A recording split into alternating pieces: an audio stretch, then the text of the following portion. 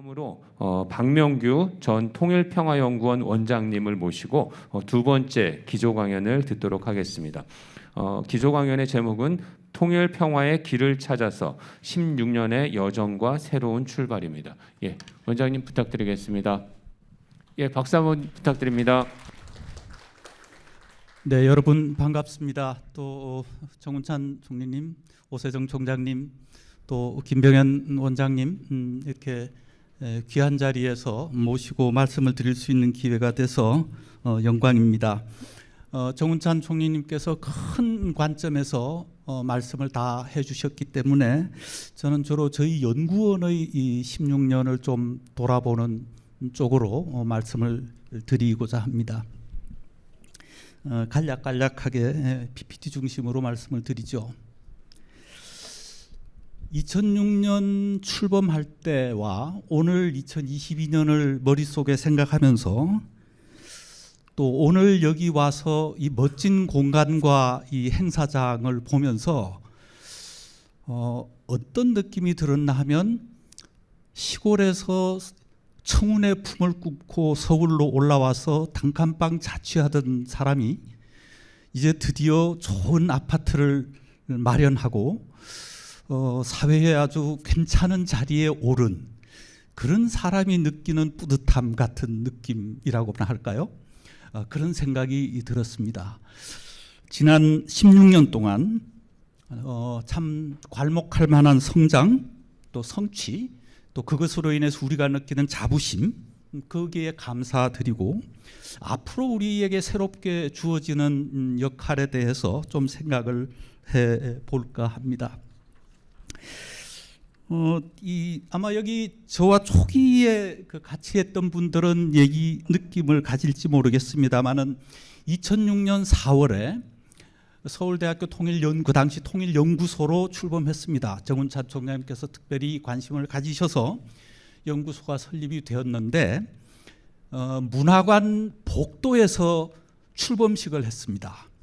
공간이 없었습니다. 공간도 없고 인력도 없고 아무런 거버넌스도 마련되지 않은 채 일단 출범했습니다. 그래서 그때 출범식에서 제가 인사를 드리면서 살 집도 없이 혼인신고부터 하는 느낌이라고 했던 기억이 납니다. 이제 멋진 집에 우리가 살게 되었고 참 감개무량합니다. 그 해 약 반년에 걸쳐서 연구소의 골격을 다듬고 준비하고 이게 어떤 기관이 되어야 할 것인가를 참 고민했습니다. 그리고 나름대로 아주 초보적인 골격을 갖춘 후에 그해 10월 김대중 대통령의 서울대 초청 강연을 할 수 있었습니다. 사회적으로 대단한 관심을 끌었던 행사가 시작이 됐었던 것이죠. 그 6개월 동안 나름대로 고민하면서 또 전 세계적으로 정말 벤치마킹 할 만한 연구소가 어떤 형태여야 할 것인가를 고민하다가 저 나름대로 그때 세웠던 4가지 원칙이 있었습니다. 첫째로는 존재감이 분명한 독립적 연구기관을 만들어야 한다. 다들 아시다시피 한국에는 엄청나게 연구소가 많습니다. 서울대학교 안에만 해도 수백 개에 해당하는 연구소들이 간판을 달고 있지만 대체로 교수님들의 활동에 부수적인 역할을 수행하는 유명무실한 것들이 많았습니다. 존재감이 뚜렷하다는 것은 독자적인 담론과 데이터를 산출할 능력을 갖고 있어야 하고 스스로의 행정 능력과 사회적 책임의식을 감당할 수 있는 그런 기관이 되어야겠다. 둘째로는 서울대 안에 모든 분과학이 참여할 수 있는 다학제적인 연구 네트워크의 구심이 되어야겠다.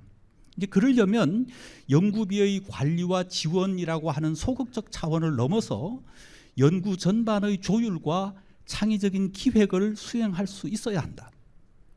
셋째로는 한국 사회 안에 통일과 평화라는 이름을 가지고 있는 연구소가 많았습니다. 지금도 거의 모든 대학에 다 있습니다.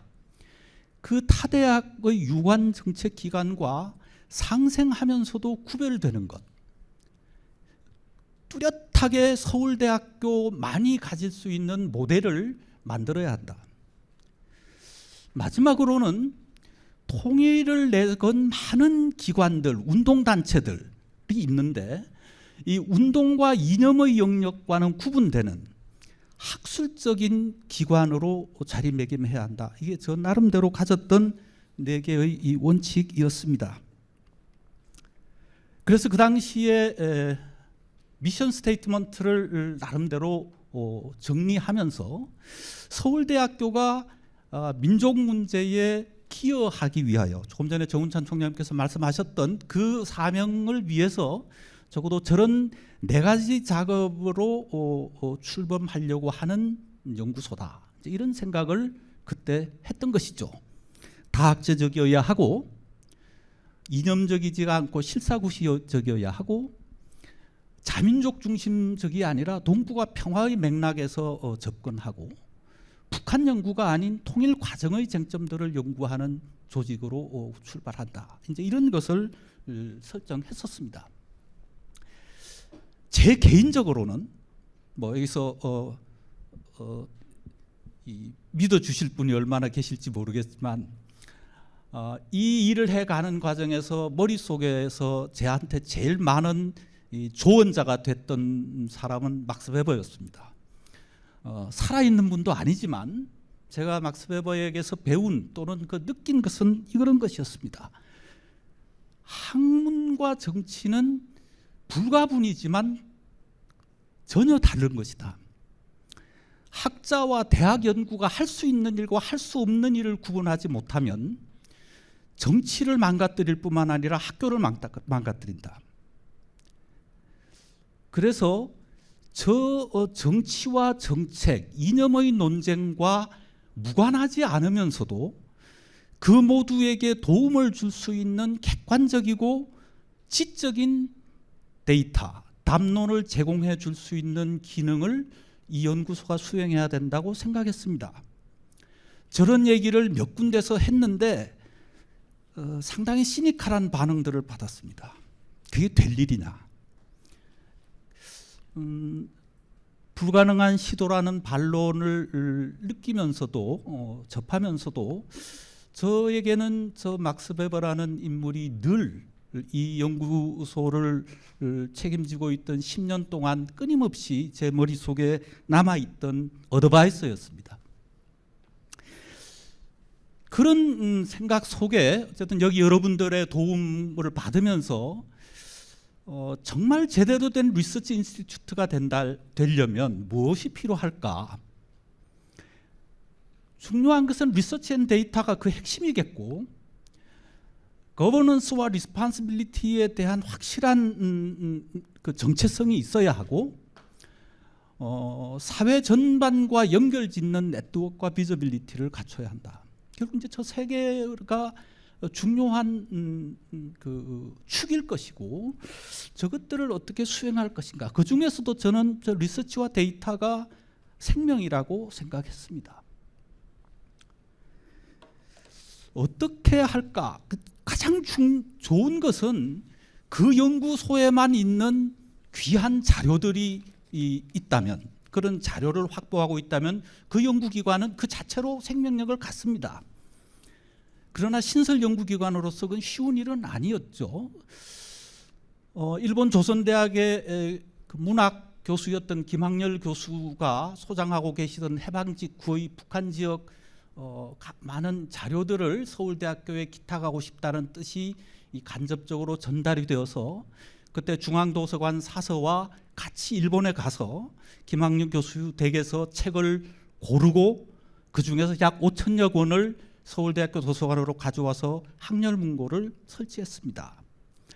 독일 통일 과정의 동독 문서들을 그 당시 베를린 대학의 박성조 교수의 도움을 받아서 많은 경우 그 자료들을 CD로 복제해서 서울대학교로 가져오기도 했습니다. 잠깐이긴 하지만 통일부의 북한 자료센터를 서울대학교가 유치하면 어떻겠는가 하는 제안도 있었고 잠시 그 얘기가 오고 갔습니다만 그만한 공간과 재정을 감당할 수가 없어서 포기했습니다. 저런 걸 거치면서 느꼈던 것은 저런 어떤 있는 자료를 확보하는 문제보다도 필요한 데이터를 산출하는 것이 무엇보다도 중요하겠다는 생각을 갖게 됐습니다. 그것이 하나가 통일의식 데이터였습니다. 저희가 지금도 하고 있는 작업이죠. 통일 과정에서 국민의식은 매우 중요한 독립변수이고 그 국민의식이 어떻게 변화하고 어떤 지향을 갖는가를 객관적이고 장기적으로 보여주는 데이터가 없었습니다. 꽤 많은 조사들이 있지만 대부분 그때그때의 앙케이트형 신문 자료로 쓰일 뿐 어느 곳에도 일관되게 동일한 방식으로 추계되어서 패턴을 보여줄 수 있는 데이터가 없었습니다. 서울대학교 통일평화연구원이 이 자료를 저는 그 당시 최소 10년을 지속하면 그 10년의 추세를 보여줄 수 있는 대단히 귀한 데이터가 될 것이라고 생각했습니다. 지금 우리가 하고 있듯이 이 데이터는 국내외적으로 통일의식과 국민의식의 변화를 보여주는 매우 귀한 데이터로 사용되고 있습니다. 또 하나 그 당시는 남북 관계가 비교적 괜찮았던 시기여서 2006년, 7년 남북 간에 오고 가는 여러 가지 관계들이 있었기 때문에 그 남북 관계에 대한 어떤 장밋빛 청사진과 논의들이 많았지만 그것이 정치적인 이벤트나 또는 정서적인 반응, 일시적인 효과를 떠나서 정말 남북 관계가 어떤 형태의 구조적 통합으로 가고 있는가를 보여주는 객관적 데이터도 제가 볼 때는 없었습니다. 유럽과 독일을 볼 경우 이 통합이라고 하는 것을 여러 가지 구조적인 맥락에서 데이터화하고 그것을 추적해가는 여러 연구기관들의 자료들을 보았는데 한국 경우 이 남북 관계를 통합의 정도, 수준, 조건 이런 부분을 제대로 보여줄 수 있는 데이터 없이는 끊임없이 남북 관계가 정치적인 논쟁과 이념적인 갈등을 벗어나기 어려울 것 같다. 그래서 남북 통합을 지수화할 수 있는 데이터를 만들고자 했고 지금 김병현 원장님과 같이 참 많은 고민을 하면서 지금도 우리가 사용하고 있는 남북 통합 지수라는 데이터를 산출했습니다. 북한에 대한 데이터가 제대로 없기 때문에 북한 연구는 늘 정치와 수령과 이념 중심이기 쉬웠고 북한의 내부 변동을 보여줄 수 있는 제대로 된 자료가 없다 보니 몇몇 탈북자들의 아주 극적인 그 사례들이 지나치게 강화되고 그런 부각 때문에 생겨나는 국내외의 혼선이 적지 않았습니다. 탈북자들의 그 많은 얘기들을 그냥 센세이셔널한 그 메시지가 아니라 북한을 보여줄 수 있는 제대로 된 데이터 자원으로 사용할 수는 없을까? 사실 저 고민이 이 북한 주민들에 대한 연구를 통해서 북한 사회 변동이라고 하는 데이터 또 북한 주민의 의식을 보여줄 수 있는 데이터를 만드는 작업으로 시작됐습니다. 당연히 그 샘플의 한계 때문에 충분한 건 아니지만 지금도 북한 내부의 시장화, 북한 내부의 계층화, 북한 내부에서 나타나는 여러 가지 문제들을 활용할 때 이 데이터들이 사용되고 있습니다. 데이터만 가지고 연구소의 제 기능을 수행할 수 있다고 보기는 어렵겠죠. 서울대학교 통일평화연구원이 할 수 있는 것은 분명히 우리 사회 모두에게 새로운 전망, 성찰, 소통, 새로운 대안을 상상할 수 있는 지적 화두, 공공의 어떤 그 개념들을 제공해 주는 것이 저는 무엇보다도 중요한 역할이라고 생각했습니다. 여러 가지가 있었겠습니다만은 몇 가지만 그냥 말씀드리면, 지금도 저희가 통일평화연구원이라고 해서 통일평화라는 말을 씁니다만은 굉장히 많은 분들로부터 어색하다고 하고 이 갸우뚱하는 반응을 받았습니다. 총장님께서도 여러 번 평화통일연구원이라고 말씀을 하셨고 지금도 그런 경우를 많이 경험합니다. 고집스럽게 통일평화라고 얘기했습니다. 사실 어떻게 보면 별 차이 아닐지 모르나 사실 저 말 속에는 평화로운 통일이 우리의 목적, 이런 뜻으로 평화를 통일의 수단으로 보는 견해를 뒤엎고 싶었던 의지가 강하게 있었습니다. 평화는 통일의 수단만이 아니고 그 자체가 목적이고, 통일은 한국의 과제이지만 평화는 지구적 과제이기 때문에 결국 한국의 통일연구는 지구적 평화연구와 결합되어야 한다는 생각을 담고 싶었고, 저 부분을 보여줄 수 있는 노력 중에 하나가 다소 어색하고 생경하지만 통일평화라고 하는 컨셉을 내거는 것이 길이라고 생각했습니다. 굉장한 시간도 걸렸고 혼선도 있었지만 제 개인적으로는 나름 담론적 위상을 확보했고 어떤 성찰의 계기를 저는 제공했다고 생각합니다. 남북통합이라고 하는 개념도 조금 전에 지수화를 통해서 말씀드렸던 것과 마찬가지고, 지금은 조금 죽었습니다만 통일이 무엇일까? 통일이 과연 새로운 동질화, 아까 정운찬 총장님께도 말씀하셨던 과거복귀형이 아니어야 할 터인데 그 앞으로의 통일은 어떤 방향이 되어야 할까에 대한 새로운 화두로 연성복합 통일이라고 하는 것을 던졌고 일부 반향을 저는 불러일으켰다고 생각합니다.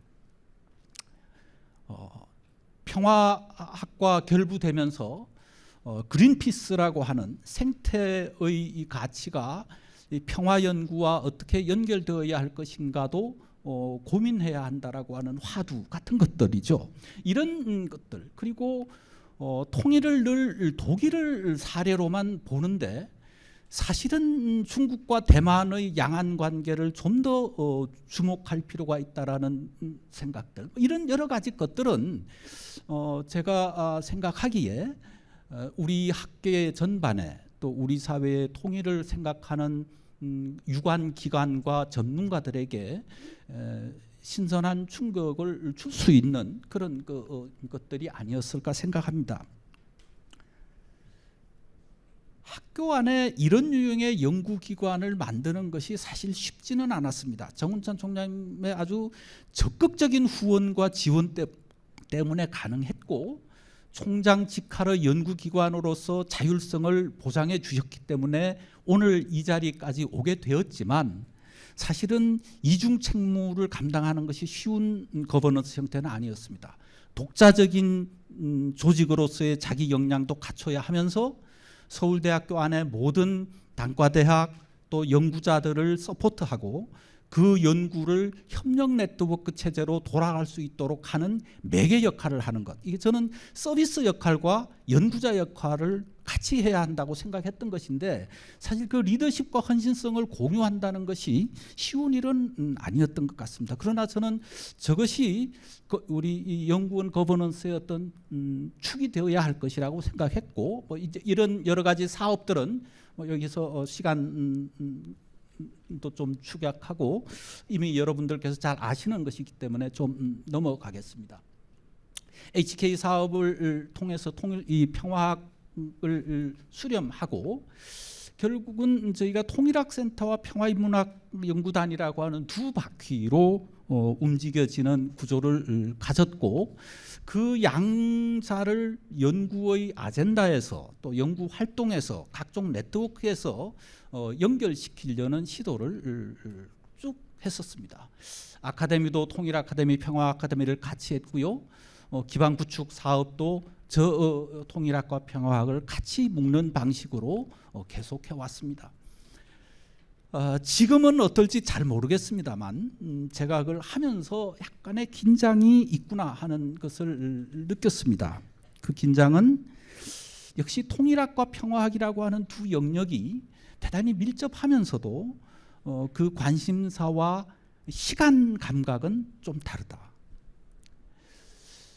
연구기관이 연구 아젠다 중심으로 이 속에 속해 있는 연구자들을 묶어내는 그 공동 작업의 어떤 그 비중과 연구자 개개인이 가지고 있는 독자적 연구의 그 지향성을 어떻게 연결시켜야 할 것인가도 과제였습니다.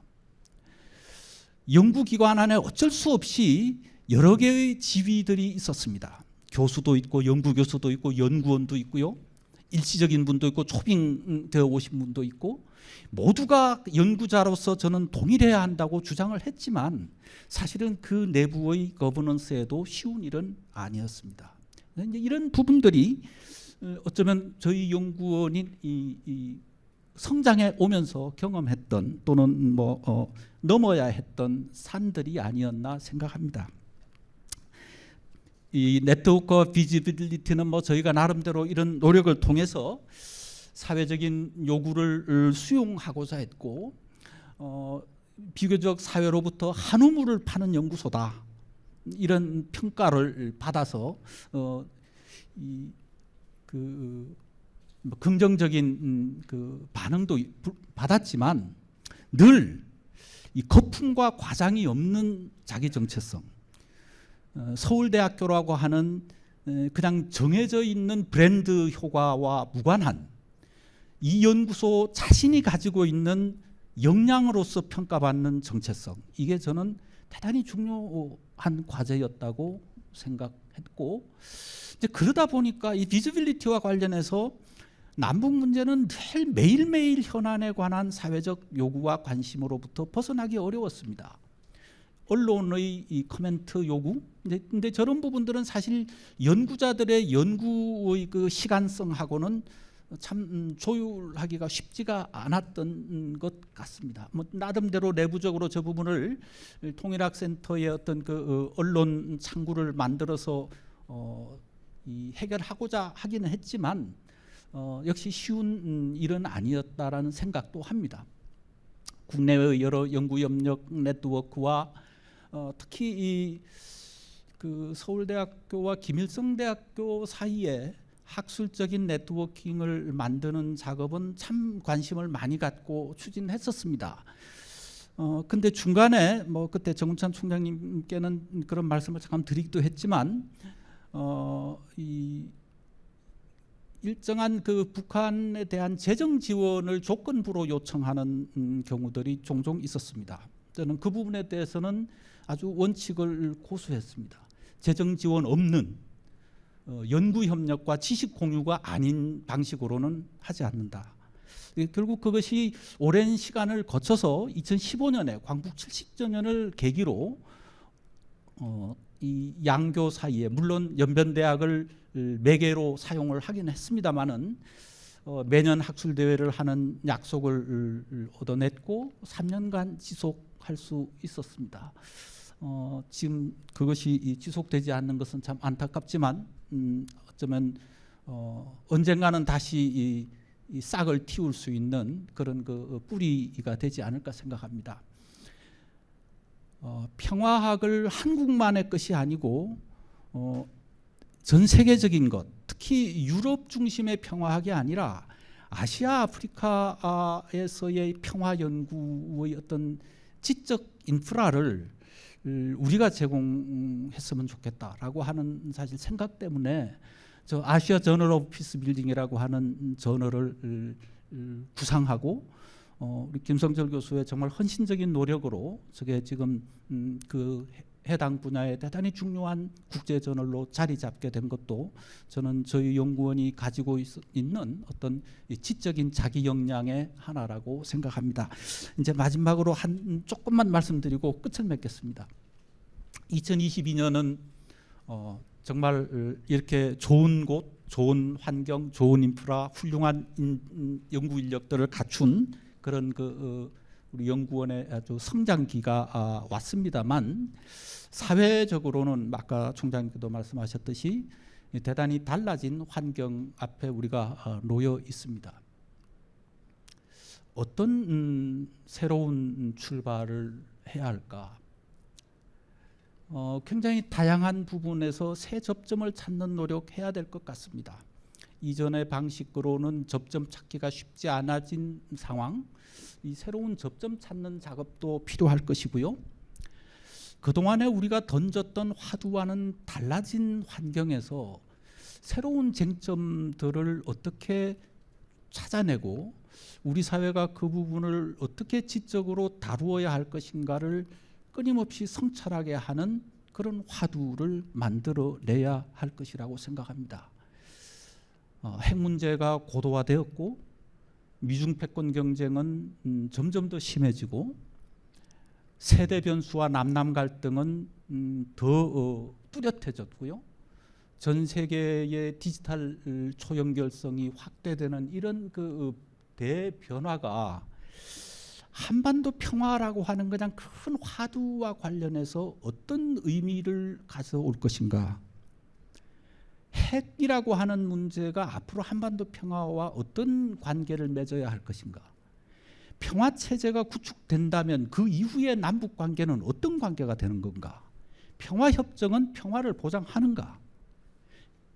남북의 평화는 동북아 지역의 평화와 어떻게 연결되는가. 사실은 이제는 한반도 평화라고 하는 쟁점 자체가 훨씬 복잡해지고 다원화되는 것에 맞는 화두들을 저는 만들어야 할 것이라고 생각하고요.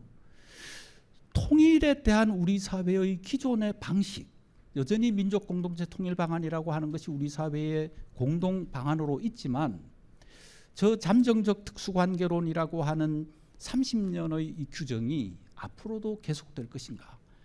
저런 방식이 현재의 세대, 계층, 젠더 간의 의식 변화를 수용할 수 있을까?